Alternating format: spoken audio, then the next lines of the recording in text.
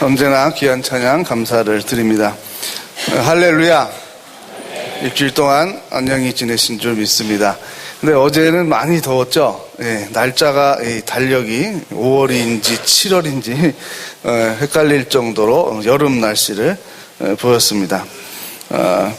시편 말씀을 계속 우리가 읽고 묵상하면서 또 설교를 드리고 있는데요. 오늘도 60편 때에 있는 말씀들이 다 비슷합니다. 다 비슷하게 우리 위기 속에서 고통 가운데서도 하나님을 찬양하는 모습들을 소개를 하고 있습니다. 우리가 보통 찬양한다고 했을 때는 뭔가 좋은 일이 있을 때 하는 것이고, 기도는 뭔가 문제가 생길 때, 안 좋은 문제가 생길 때 하는 것이다라는 그런 선입관들이 있죠. 그래서 저도 리더 훈련이나 제자 훈련 하다가 이제 삶 나눔 시간이 있어갖고, 별일 없었냐고 물어보면, 이제 또 찬양과 기도 생활은 어떻게 했냐고 물어보면, 뭐 한 주간 동안 별일 없었습니다. 그 뜻은 별일이 없어서 찬양도 안 했고, 기도도 안 했다는 뜻이죠. 아무래도 우리가 그렇게 선입관을 좀 가지고 있습니다. 근데 찬양은 좋은 일이 있을 때만 하는 것이 아니라, 고통과 실패와 좌절에서도 우리가 하나님께 찬양을 올려드려야 하고, 기도도 마찬가지로 우리에게 일상생활이나 감사하는 일이 있을 때도 기도해야 될 내용이 많죠. 아니, 잘 됐는데 뭘 기도합니까? 잘된 일 가운데서 교만하지 않도록 겸손하도록 기도를 해야죠. 그리고 우리가 잘 되는 것이 누구와 나누고자 함인지도 기도를 통해서 하나님의 뜻을 알 수가 있는 것입니다. 일상생활 가운데 찬양과 기도로 산다는 건 참 어려운 일입니다. 그러나 오늘 다윗의 이 고백처럼 다 이 시어의 어느 것 하나 빼놓을 수 없는, 다 중요한 것이지만, 저는 특별히 63편을 고른 이유는 침상이라는 단어가 더 크게 다가왔습니다. 왜냐하면 침상은 아주 일상적인 것이고 매일 우리가 잠을 자는 곳 아닙니까? 그리고 하루의 피로를 푸는 자리이고, 또 무엇을 욕망하는 자리이기도 하고요, 또 깊이 후회하는 자리이기도 하고요, 또 망상을 할 수도 있는 자리죠. 누워가지고 내가 그때 이렇게 했으면 와 대박이었는데 바보처럼 그걸 몰랐네, 지나간 세월을 후회하는 자리이기도 합니다. 또 연애하는 사람들은 잠자리에 들기 전에 이제 과거의 모습이죠. 이제 그때 핸드폰들이 없었으니까 젊은이들이 부모님이 주무시면 몰래 마루에 있는 전화를 가서 이제 자기 연인에게 전화를 하는 거죠. 그런데 하다 보면은 그 소리가 들려서 이제 어머니가 가서 빨리 다 뭐 이렇게 한 얘기 또 하고 한 얘기 또 하냐, 이제 다 들은 거죠. 야단을 칩니다. 집 전화가 한 대밖에 없으니까. 지금 청년들은 이해가 안 가는 이야기죠. 그런데 연애할 때 여러분 얘기를 들어보세요. 뭐 엄청나게 세계에 무슨 전쟁이 일어났을 때만 연인과 통화를 합니까? 아니면 지구의 온난화에 대한 토론을 합니까? 그런 이야기 안 하죠. 그냥 사소한 얘기를 하지 않습니까? 뭘 먹었고 영화를 봤는데 너는 봤냐? 뭐 재밌다. 학생들은 우리 학교 식당에 오늘은 세상에 고기가 나왔다. 막 이런 얘기까지 그냥 하는 겁니다.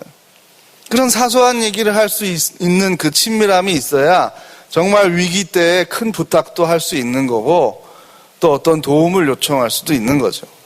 하나님과 우리와의 관계도 그렇습니다. 일상생활을 나누지 않다가 벼랑간 몇 년 만에 큰 문제가 생겼을 때만 기도를 하기 시작하면 우리가 마치 5년 전에 만나고 전혀 연락이 없었던 동창을 전철역에서 우연히 만나가지고 막 도와달라고 나 이렇게 힘든 일이 있다고 말하는 그런 이상한 일과 똑같은 겁니다.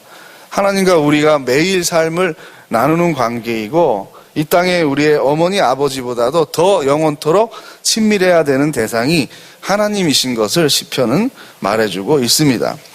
다윗은 광야에서 생명의 위협을 느끼며 고독과 외로움과 불안과 싸워야 했습니다.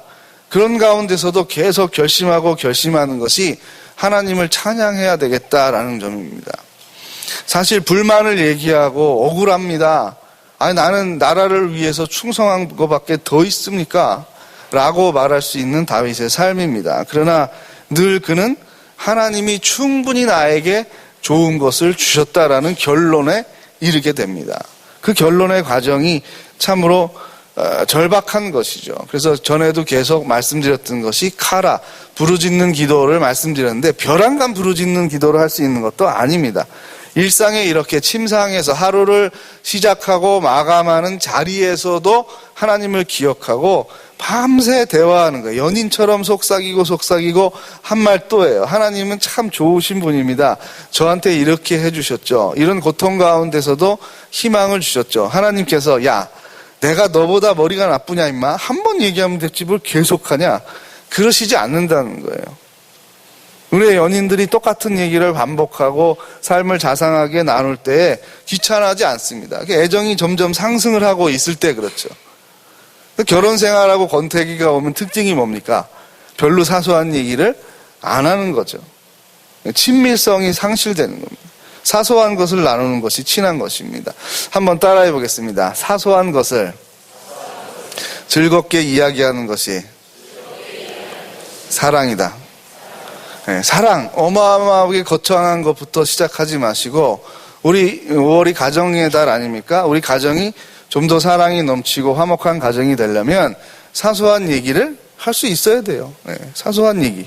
근데 그거를 짜증내면 안 되죠. 야, 그런 얘기를 뭐하러 나한테 하냐? 그게 아니에요. 다 즐거운 거예요. 마치 우리 사랑하는 아기가 어떤 이런저런 얘기를 하면 엄마가 컨디션이 좋을 때, 상태가 좋을 때는 그걸 다 즐겁게 받아들이지 않습니까? 그러나 아주 그 부부싸움을 했다든지 너무 힘들어서 몸도 아프고 짜증이 날 때는 애가 무슨 질문하는 것도 귀찮게 되는 거죠. 그런데 그래서 우리의 부모가 한계가 있어요. 그래서 부모 세미나도 지금 진행을 하고 있는 것이죠. 근데 우리의 부모인, 영적인 부모이신 하나님은 졸려서 짜증내지도 않고 뭐 직장의 문제로 하나님이 화가 나서 우리의 투정이나 우리의 사소한 것을 나누는 것을 귀찮아하거나 못 받아주시지 않는다는 거예요. 그래서 때로는 그게 지혜죠. 우리 엄마 아버지가 지금은 좀 컨디션이 안 좋으신 것 같다. 그러면 그걸 하나님께 얘기하는 거예요. 내 아내가, 내 남편이, 또 우리 아이가 지금 별로 안 좋은 것 같다. 근데 뭔가는 얘기하고 싶어요. 누르면 내가 화병이 생기는 거고 또 반대로 나타날 때는 말 안 하게 되는 우울증이 생기는 거잖아요. 우리 마음은 굉장히 연약합니다. 연약하다는 것을 인정해야 됩니다. 그래서 우리의 삶은 공동체적이라는 겁니다. 바울도 늘 함께 그 광야 생활을 했던 사랑하는 동지들이 있었습니다. 그 사람들이 없었다면 아마 다윗도 위기를 극복하지 못하고 죽었을지 모르겠습니다. 늘 우리의 인생은 성공만 할 수 없습니다. 오히려 성공만 한다는 것은 결코 축복이 아니라고 말할 수가 있겠죠. 우리에게 있는 실패나 좌절, 생각하지 않았던 사고를 통해서 하나님 우리를 성숙하게 빚어가십니다. 그 과정이 힘들죠. 그걸 참아야 되고 믿음으로 신뢰를 해야 되기 때문에 우리는 말씀을 묵상하는 삶을 살아야 합니다. 시편을 시작하면서 제가 숙제를 내드렸어요. 시편 묵상 노트를 한 권씩 준비를 하셔가지고 제가 다 할 수는 없으니까 150번의 설교를 할 수는 없으니까 여러분들이 설교를 듣지 않으신 말씀들도 다 읽으시고 그리고 느끼신 부분들을 적어서 1편부터 150편 마칠 때까지 시편 묵상 노트 한 권을 여러분 스스로 한번 만들어 보시는 겁니다. 그렇게 될 때 지루하지가 않아요. 말씀이라는 거는 계속 반복이 됩니다. 사순절과 고난주간, 부활주일, 추수감사주일, 성탄절, 그리고 지금 제가 성경의 요점을 말씀드리지만 이건 뭐 계속 반복되는 얘기들 아닙니까? 시편의 어느 거 하나를 잘 소화해도 원리는 다 같은 것이죠. 그것이 지루하지 않게 느껴지려면 내 삶과 연결이 돼야 됩니다. 우리가 어떤 스포츠 경기를 보는데 그것이 재밌으려면 어떻게 됩니까? 나와의 관계성을 내가 의미를 부여해야 되죠. 새벽 2시에 우리나라와 일본이 만약에 아시안게임 축구 결승전 한다. 그러면 그걸 보는 사람들이 많지만 새벽 2시에 중국이랑 일본이랑 결승전 한다. 물론 보는 사람이 있겠죠. 불면증 환자라든지 아니면 진짜 시간이 많은 사람들은 볼 수 있겠지만 대부분 사람들은 새벽 2시, 3시에 그런 경기를 하면 안 본다는 거죠. 나와 관련을 맺게 되면 내 것으로 생각하게 되면 더 애착이 생기고 달라지는 겁니다. 그래서 하나님은 고난을 공동체적으로 극복하는 훈련을 우리에게 시킵니다. 그것이 광야의 의미죠. 광야의 생활이죠. 그 손기철 장로님 요즘 하나님께 최근 몇 년에 아주 평신도 사역자 가운데 가장 뜨겁게 쓰임받는 분 중에 하나입니다. 오늘일교회 장로이고 과학자입니다. 그런데 그가 초자연적인 거는 전혀 믿지 않던 사람이었습니다.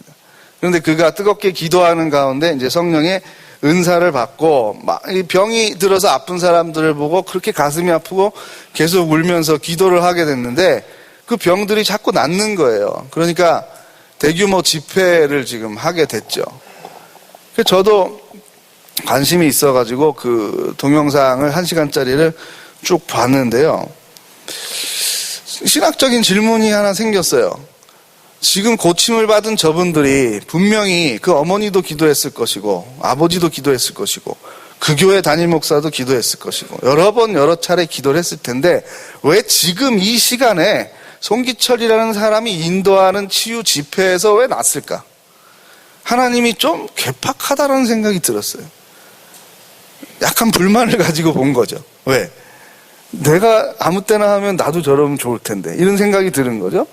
근데 그걸 끝까지 보면서 끝부분에 카메라를 계속 이제 앞으로 이렇게 집중을 하잖아요. 그래서 그분이 하는 사역만 계속 보고 환자 고치고 기도하고 이것만 보다가 끝부분에는 반대편 이렇게 회중석을 카메라 이렇게 돌렸는데 제가 그러면서 찌릿하게 느꼈어요. 성령께서 그 말씀을 저한테 해주신 것 같아요. 송기철이라는 사람의 능력이 아니죠. 거기서 뜨겁게 기도하는 그 수천 명의 사람들의 기도입니다. 그 사람들의 기도의 능력이 아니라 그 사람들의 기도가 합쳐졌을 때 성령이 임하는 거죠. 그러면 몇 명 넘으면 임합니까? 그런 기준이 없습니다. 그게 있으면 하나님이 아닙니다. 우리 마음대로 예측할 수 있고 조절할 수 있으면 그건 도깨비 방망이지 성령이 아닙니다. 몇 명 이상 모이면 다 병이 났습니까? 그런 어리석은 질문을 우리는 합니다. 아니라는 거예요. 혼자 기도해도 날 때가 있고요. 100명이 기도해도 안 날 때가 있고요. 알 수가 없어요. 참 놀라운 일이죠. 그런데 그렇게 해결받지 못하던 문제를 공동체적으로 거기서 해결이 됩니다. 다 되는 건 아니죠. 그게 하나님의 마음이죠. 주권이죠. 왜 그런 일이 일어났는지는 다 알지는 못하지만 기뻐서 엉엉 울고 뛰는 사람들의 모습을 보게 됩니다. 그게 우리입니다. 우리. 신앙생활을 같이 하는 거죠. 어제 청파동 성당에서 50주년 기념 음악회를 했어요. 마을 주민들하고 인근에 있는 그 목사님들도 신앙의 그 형제라고 부르면서 초대를 해서 주말 저녁에 쉬기도 해야 되고 그래야 되는데 또 초청을 하니까 갔어요. 또 음악을 제가 좋아하니까요. 근데 참 좋더라고요. 제가 좋아하는 가곡도 정말 오랜만에 강 건너 봄이 오듯이 참 좋아하는데 저 노래를 내가 언제 불러봤냐가 아니라 언제 들어봤나라는 질문을 해보면 후딱 5년, 10년이 지나간다는 걸 알 수 있죠. 그런데 그 호응이 중요한 거예요. 공동체가 힘을 얻는다는 거는 여기 오케스트라와 그 성가대가 쫙 있어요. 근데 이쪽 자리에 아무도 안 앉아 있으면 이분들이 굉장히 연주를 잘해도 이게 무슨 의미가 있겠어요? 거꾸로요. 음악회를 하는데 여기 회중석은 다 찼는데 여긴 아무도 없어요. 그런 음악회 없는 거죠. 양쪽이 다 있어야 호응이 되는 거예요. 그러니까 참 좋더라고요. 즐겁더라고요. 성당 안에서 가곡도 부르고 뭐 오페라 아리아는 뭐 지극히 세속적인 거죠. 앵콜송 맨 마지막 노래는 그 성당의 성가대가 앵콜송으로 뭘 했는지 아세요? 축배 노래를 했어요.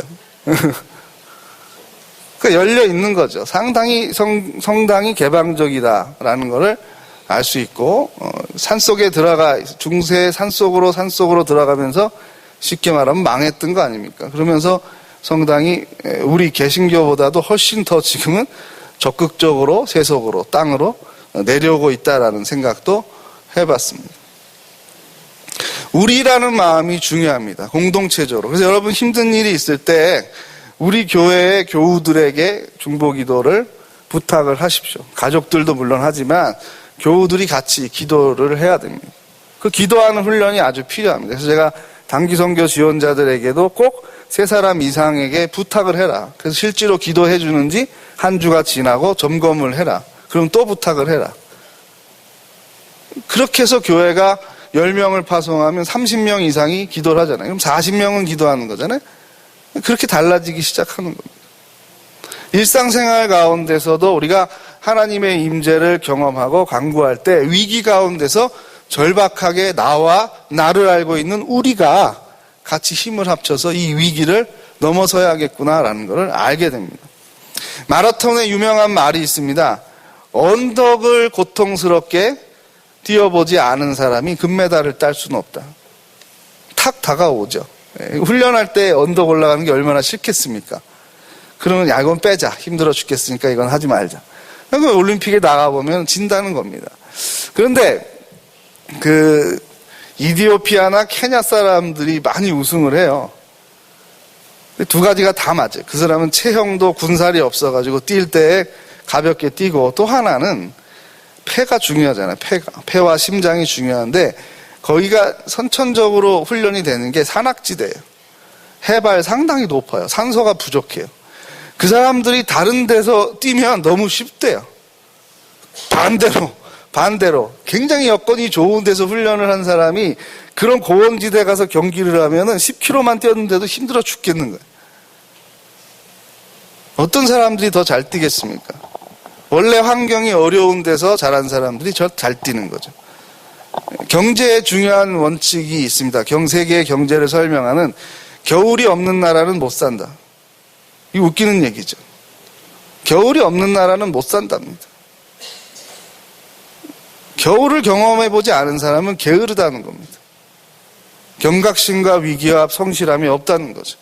이만큼 다 우리의 자연의 생활과 우리의 삶의 구조가 나태한 것에 친숙하게 돼 있고 게으르게 돼 있고 편안한 거를 좋아하게 돼 있기 때문에 뭐든지 내 마음대로 잘 되면은 어떤 사람이, 어떤 사역자가 자기가 원하는 대로 어느 시점이나 어느 때 중보기도를 요청하지 않고도 언제 어디서나 누구의 문제를 해결하고 병을 고칠 수 있다면 그 사람 자체가 신이 될 겁니다. 그 사람이 교주가 될 겁니다. 실패해야 사람입니다.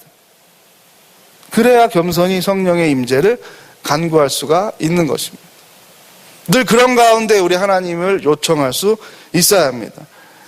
주의 날개 그늘 아래서 평안히 쉬는 경험은 늘 별장에서 와인이나 고기를 구워 먹으면서 아 좋다, 인생은 왜 늘 그렇게 괴롭다 그러지? 그럴 때 우리가 공감을 하는 게 아니지 않습니까? 힘들게 사는 사람들이 삶을 노래하고 희망을 노래하고 나보다 더 불편하고 나보다 더 가난한 사람들이 생기 있게 하나님을 찬양할 때 우리가 도전을 받는 것 아니겠습니까? 독수리의 날개 그늘 아래서 그 새끼들이 쉼을 얻습니다. 이 쉼이라는 것은 단순히 낮잠을 잔다는 그런 의미가 아니라 생명을 보호받는 것이 참 쉼이죠. 하나님께서 안식일을 만드신 이유도 우리의 생명이 건강하게 보존되기 위함입니다. 돈. 이것이 연속만 되면은 많은 사람들이 죽어가고 특별히 약자들이 죽기 때문에 생명을 살리기 위해서 우리에게 안식을 주셨습니다. 주의 날개 그늘에서 우리가 즐겁게 부릅니다. 즐거울 만한 일이 없는 것 같은데 즐겁게 노래한다고 말하고 있습니다. 우리 삶에 언덕이 있습니다. 각자 또 다른 가시들이 있습니다. 바울에게 있는 가시가 또 다른 사람에게, 베드로에게 있는 가시와 다르듯이 저에게 있는 가시와 또 다른 목사에게 있는 가시가 또 다른 것입니다. 또 다른 성도에게 있는 다양한 가시와 인생의 언덕을 통해서 하나님은 우리에게 더 친밀하게 말씀하십니다. 집중하는 거죠. 우리만 그런 것이 아니라 자연도 그렇다고 그러더라고요. 그래서 제가 동영상을 하나 본 게 있는데요. 오늘 설교 내용이랑 좋겠다 해서 다른 예화를 쓰지 않고 동영상을 한번 좀 같이 보겠습니다. 한번 틀어주시기 바랍니다. 시간이 언제나 성실하게 앞으로 나아가죠. 그래서 무서운 시간이라는 표현을 우리가 잘 쓰는데 무섭다라는 말을 쓰면 자꾸 우리가 눌리게 되니까 제가 성실한 시간이다라고 바꿔야 된다라고 설교를 한 적도 있습니다. 그래서 시간은 언제나 성실합니다. 봐주는 것도 없고 그냥 똑같이 흐르는 거죠. 또 잊어버리지도 않습니다. 우리가 부여받은 모든 오늘의 시간은 피조세계 가운데 역사 이래로 단 한 번의 오늘입니다. 하루입니다. 2013년 오늘 5월 26일은 이 지구상에 한 번밖에 없는 날이죠. 그렇게 시간은 성실하게 갑니다. 개인도 가정도 기업도 나라도 세계도 늘 어려움을 가지고 삽니다. 그 어려운 위기와 위협 속에서도 우리의 사랑하는 가족과 교우들과 나를 알며 함께 살고 있는 인생의 동역자들, 동반자들에게 늘 우리는 기도를 요청할 수 있어야 합니다. 공동체적으로 우리의 있는 염려와 불안, 위기를 극복해낼 때 더욱더 우리는 많은 사람들에게 유익을 주는 겸손한 열매, 많은 사람들이 따먹을 수 있는 높이가 낮아져 있는 열매들을 맺게 됩니다. 우리가 잘 먹는 과일들은 다 높이가 낮다라는 것 역시 우리에게 주는 교훈이 큽니다. 아주 높은 나무에 달린 과일들은 우리가 대중적으로 먹기가 힘든 열매다라는 것도 알 수가 있습니다. 이제 말씀을 맺으려 합니다. 하루를 마감하고 하루를 시작할 때 하나님을 기억하고 오늘 우리의 기도를 기억하는 성도한 교우들의 삶이 되기를 바랍니다. 이제 말씀을 맺겠습니다.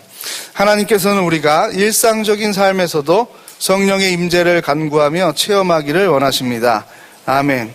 하나님께서는 우리가 침상에서도 하나님을 기억하며 하나님을 친밀하게 경외하기를 바라고 계십니다. 아멘. 하나님께서는 우리가 고통과 위기 가운데서도 주님의 날개 그늘 아래서 평안을 얻기를 권하고 계십니다. 아멘.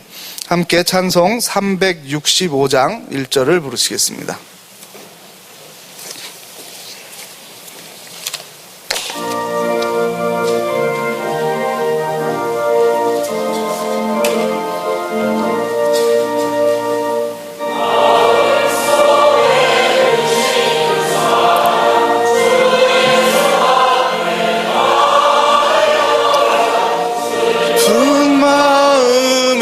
때라도 주 예수께 아뢰라. 주 예수 앞에 아뢰어라. 주 우리의 친구니 무엇이나 근심하지 말고 주 예수께 아뢰라. 합심해서 기도를 하겠습니다. 우리의 일상의 삶 가운데서도 하나님의 동행하심을 경험하고 사소한 것이라도 하나님께 친밀하게 아뢰고 또 인도함을 받는 우리의 삶, 그러다가 우리에게 온 고통과 위기와 실패 가운데서도 우리와 함께 공동체적으로 이 위기를 이겨내는 우리의 삶이 되게 해달라고 이 시간 함께 동성으로 기도하겠습니다. 하나님 아버지, 우리의 연약함 또 미래를 알 수 없는 불안과 이러한 또 우리가 잘못된 판단과 잘못된 시도 가운데 많은 고통이 우리 가운데 실패가 있습니다. 이러한 미래를 두려워할 때 하나님께서 우리의 날개 그늘이 되어 주심을 알게 하여 주시고 광야의 생활 가운데서도 하나님을 찬송하고 하나님께서 우리를 먹이시고 입히시고 하루의 평범한 일상이 참으로 감사한 하루였다는 것을 알게 하여 주시니 감사를 드립니다. 우리 개인의 어려움뿐만 아니라 가정의 어려움, 일터의 어려움, 교회의 어려움, 나라의 어려움을 같이 살아가는 우리의 삶의 동지들이 함께 나누며 위로하고 격려하며 하나님께 부르짖으며 통성기도를 하며 중보기도를 할 때 더욱더 성령의 강력한 임재가 우리 공동체에 임하기를 원합니다. 우리의 삶을 인도하여 주시며 좋은 것을 주시며 우리의 성숙함을 통하여 겸손한 열매들을 맺게 하여 주시고 많은 사람들이 그 열매를 취하며 유익을 나눌 수 있도록 주님 함께하여 주시옵소서. 우리의 모든 것의 주인 되시는 하나님과 동행하는 삶을 살게 하여 주시옵소서. 하루를 마감하고 하루를 시작할 때 성령을 기억하게 도와주시고 우리의 삶의 주인이 하나님이신 것을 기억하게 하여 주옵소서. 사소한 것을 감사하게 나누는 가운데 우리 인생의 이 위기와 실패 가운데서도 우리와 우리의 공동체가 함께 이 고난을 이겨내며 더욱더 성숙해져서 하나님 쓰시는 사람, 하나님 쓰시는 가정과 교회와 나라가 되게 하여 주시옵소서. 우리의 날개 그늘이 언제나 되어주시는 예수 그리스도의 이름으로 기도하옵나이다. 아멘.